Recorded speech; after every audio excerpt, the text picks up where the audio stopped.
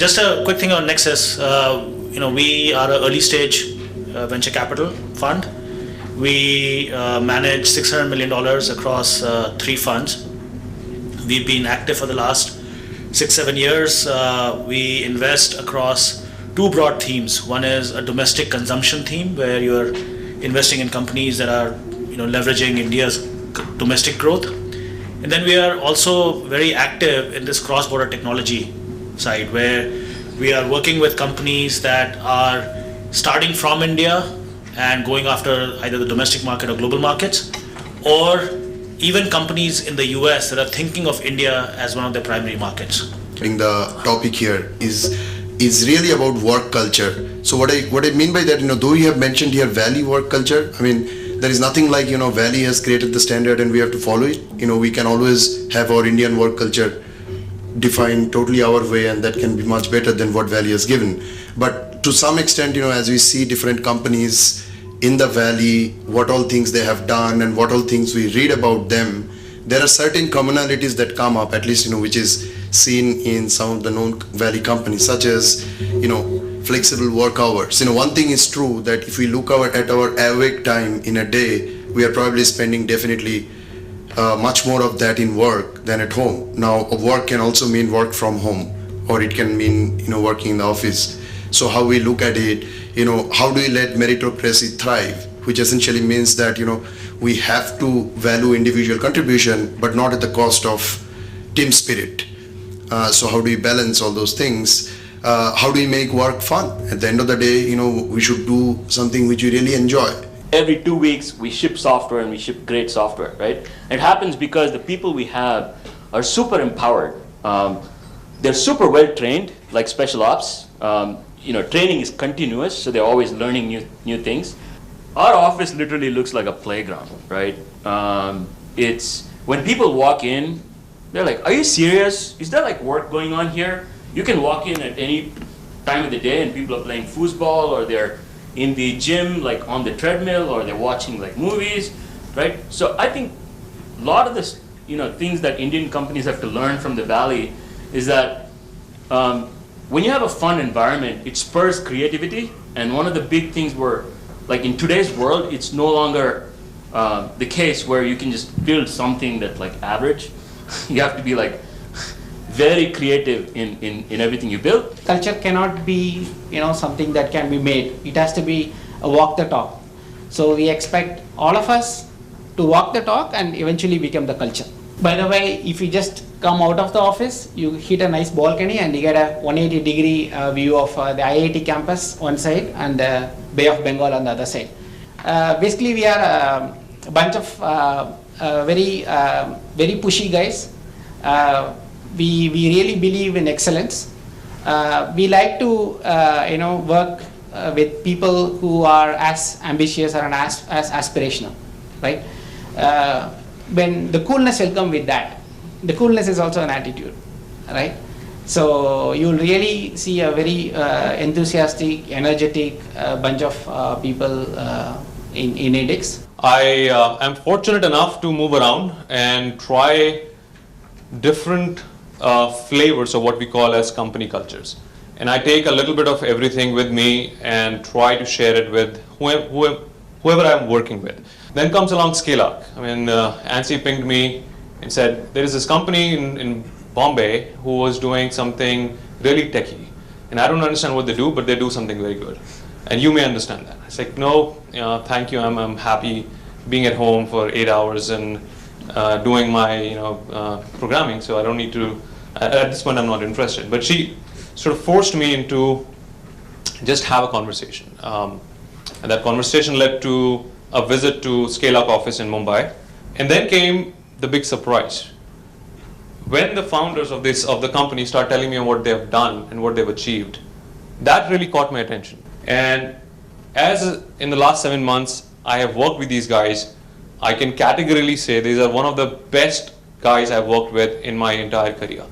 They may not be Stanford grads, but they are one of the most dedicated, fun, and amazing people that I've worked with. Unicommerce is a young company, young from the perspective it started only 15 months back, and also young from the perspective of a team team average age. We are around 20, average of the team is around 26 years at Unicommerce. Culture at UC is we are an energetic team. We work very hard, really hard, and we party harder. The second and most important aspect of culture at Unicommerce is that we do things differently and smartly. We have been working to construct, if I can call it that, a Google for television. And for the last 5 years, that's exactly what we've built. We've built one of the largest index in Asia for television programs, films, documentaries, and so on and so forth. The culture in the company is that of a lot of partnerships actually, and these are partnerships not only within a team, but these are inter-team partnerships. So we actually don't have any department walls. We don't have any, in spite of the fact that there's a very large team sitting inside one office, it's a free-flowing office. There are teams all meshed and mingled with each other.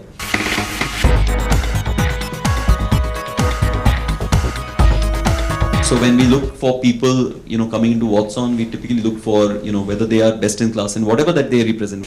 So we typically look at, communication skills as one key element. So as part of the interview process, the candidate comes to our office and spends almost a day with us. Every candidate who we have hired has spent a day with us. And then as part of the interview process, they interview us. They say, and they talk to the actual team, his colleague, and both of them, even we didn't see the chemistry between them. Hey, see, this guy is going to work with you for, this mission critical thing, and this is going to work for you for long term, yes or no. And we actually take the feedback of his colleague or his future colleague, into our consideration. We've had a lot of success with people who literally can learn things quickly, right, by themselves. So when we get those resumes, BJ and I literally spend the time working with that individual for an extended period of time. So we usually take about 3 months before we make an offer. And in that 3 months, we're sort of testing very diverse skills of that person to see if they're a good fit for the company.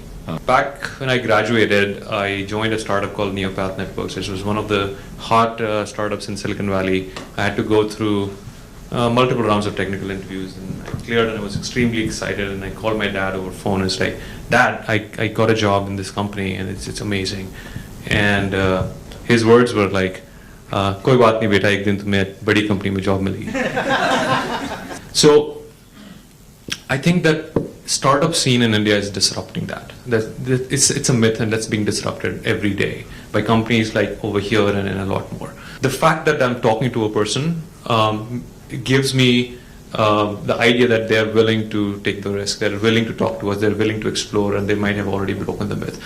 So that it's easy for them to start thinking about work and not think about the phobia of this startup thing. All we had to do to get somebody excited were two things, and that is now my formula for actually getting people excited about what we're doing, right? One is the whole excitement about our sector and about our product. The second thing that we had to do is just get them to our office. And when they come to the office and they see this buzz, especially, I think our peak really is between 11 to 6 o'clock, where the office is unstoppable. People want to be part of it. People want to be participating in that. People want to learn from it and give back to it. Anyone who's wanting to jump into a startup environment wants to understand, like has been said earlier, is the stability of that. And in some cases, especially if it's a developer from a technology background, we show them just stuff that we've built. And they go, whoa, I thought this was only available in the West, and that we've actually got something as cool as this. And so we inverted the model and said, we're going to basically hire very, very interested parties by telling them who we are very clearly and sort of setting guidelines to the kind of people that we hire. The people who apply to Helpshift are typically like hackers that sort of enjoy the product or enjoy sort of our experience, and they can get a flavor of our DNA from the product just by touching and feeling it. Maybe even our website, right? It tells a story, a very powerful story about who we are and the things we care about. This mass recruitment does not work at all. And we realized that, about 6 months or so ago, and just want to put a plug for ANSI here and Peepalsys, and they've been extremely, extremely valuable to us for that reason, because Now we are not talking to 100 people. We are not wasting 2 days scanning through resumes, because that is something that you have to do if you're doing mass recruitment. What we are trying to do is reach out there to the audience, like this audience who is taking time off on Saturday and coming and listening us brag. But this is the audience that we want to put forward and say, this is what we are doing. If you're interested, come and talk to us.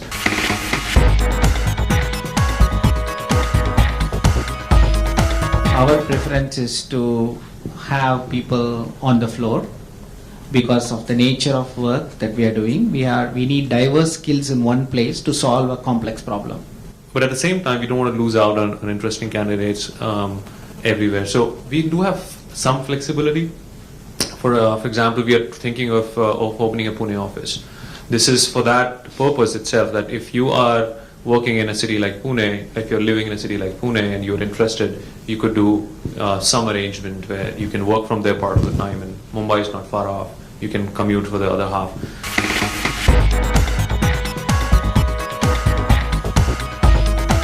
I was in US and I moved here because I think there's plenty of opportunity in India these days. If this is where you're located, I think there is no shortage of opportunities, whether it's in career, whether it's compensation, whether it's anything else, responsibilities in India. So right now I don't see that big of a problem, and we have plenty of things to hold people off in India and work here. For me, the opportunity of India was very exciting because the number of people, just the sheer number of graduates and sheer number of technical people in the industry, no other country in the world can match us, right?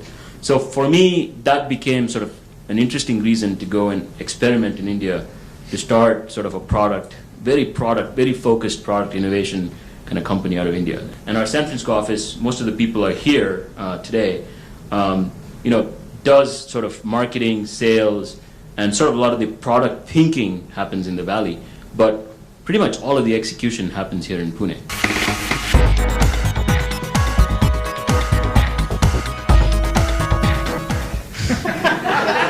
So I think the way I want to answer it is, in India especially, I've seen lots of myth being perpetrated amongst the startup sort of crowd, but largely VCs it's an industry and it's there to support the entire startup ecosystem, right? And you can't really scale a company without sort of external funding in many cases, right? You can't build a lifestyle business. So it's the onus is on the founders mostly to go find partners that they can trust, right? That will work, that'll help them sort of operate independently and not take control of the company. It's end of the day, it's basically a small community. They don't want a bad reputation, so they won't do bad things to you. There are setbacks which are part and parcel of a startup journey. You are finally trying to disrupt a market, or you're trying to disrupt a particular industry and make room for your own product or service. But what we've seen is that you as a founder you start thinking that you can't do this alone. You need a very strong team, and you need a very sound board, which typically is coming in from the investors, and it all typically then goes and makes that entire story happen. We've had ups and downs, and we've actually seen on both the occasions a fair amount of a partnership atmosphere in all the discussion that we've had with the investors. Even when the chips are down, when you've got a big problem suddenly you're faced with, you actually know that he's actually a partner with you, and that he's going to actually see you through.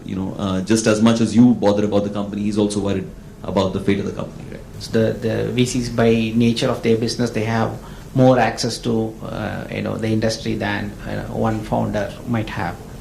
So it's a sum total of things: investment plus relationship plus expertise plus some management ability plus some market support. I think it all makes the whole thing work.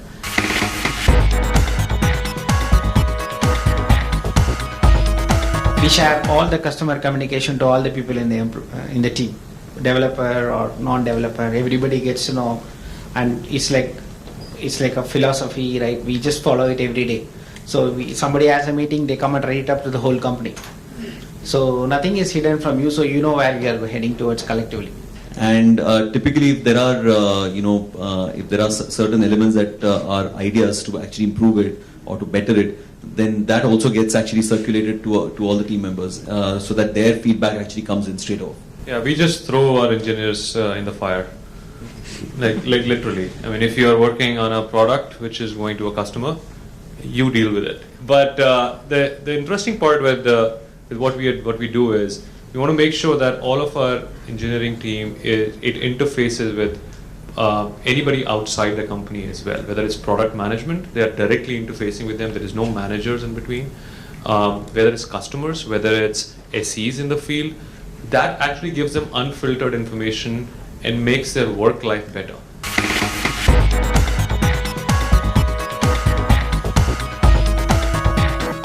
Startup does not mean that you have to grow to $1 billion to just become, to say that you're successful. It was successful in a lot of different ways for everybody in the company. So I think we need to get over that whole notion that I will fail in a startup. I think if you really want to do something, if you're really passionate for it, go for it without the fear of losing money or stability or something. And we as an industry should accept or should actually celebrate that. I mean, if I get a person who has done a startup, I would be more than curious to come and talk to them as somebody who can work for us, because that shows an attitude in them.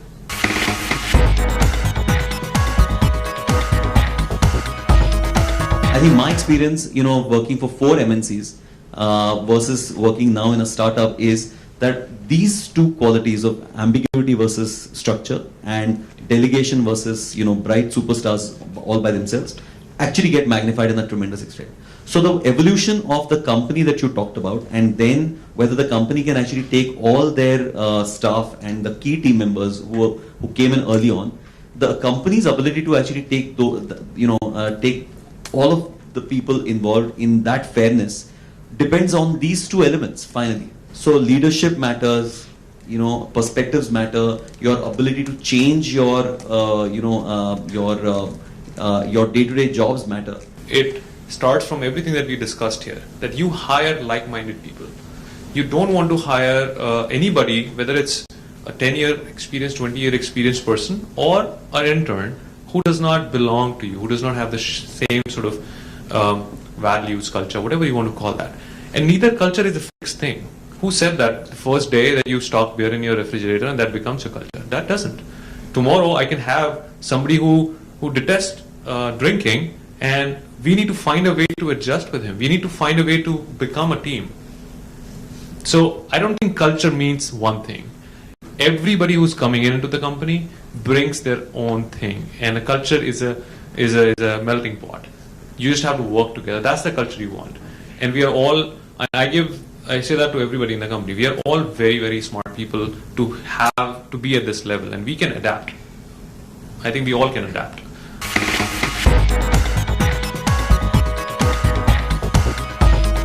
We pay a lot of stress on quality control. So we do our best to make sure we put quality first on our product, because at the end of the day, enterprise software lives and dies based on quality.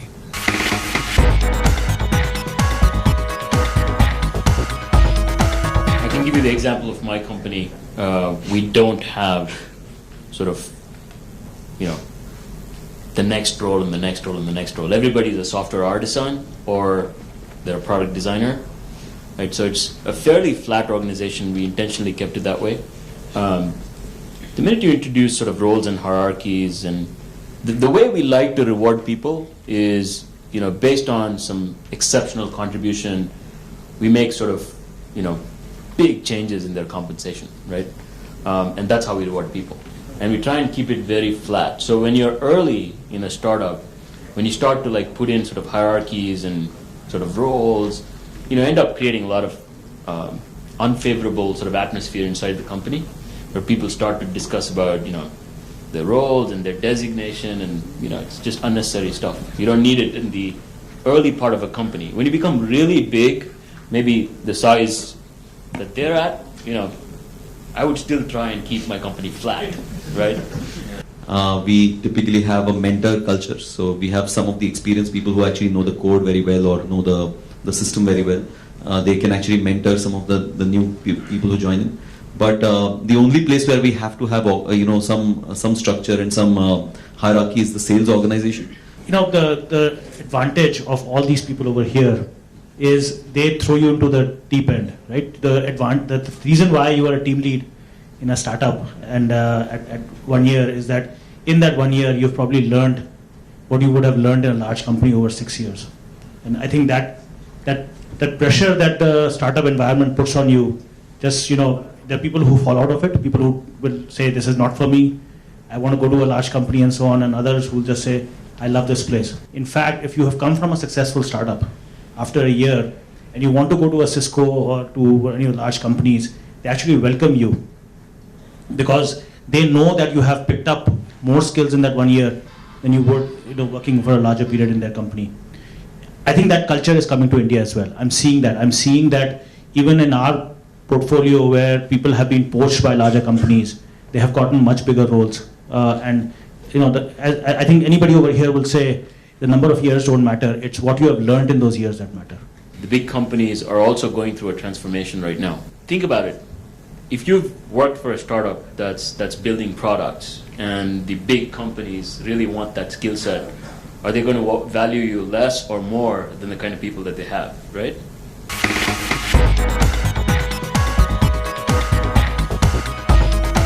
So it's all a mindset, and I think if you're just responsive and you care about your customers deeply, then you will maintain high quality, and that's what we do at Helpshift. So those are choices that startups have to make, and as a culture, as a startup has to decide on is it good for them or not, and go with it. I mean, they take some risks, they don't take some risks, but as a company, it does not matter to them because they are taking a conscious decision of what they're doing.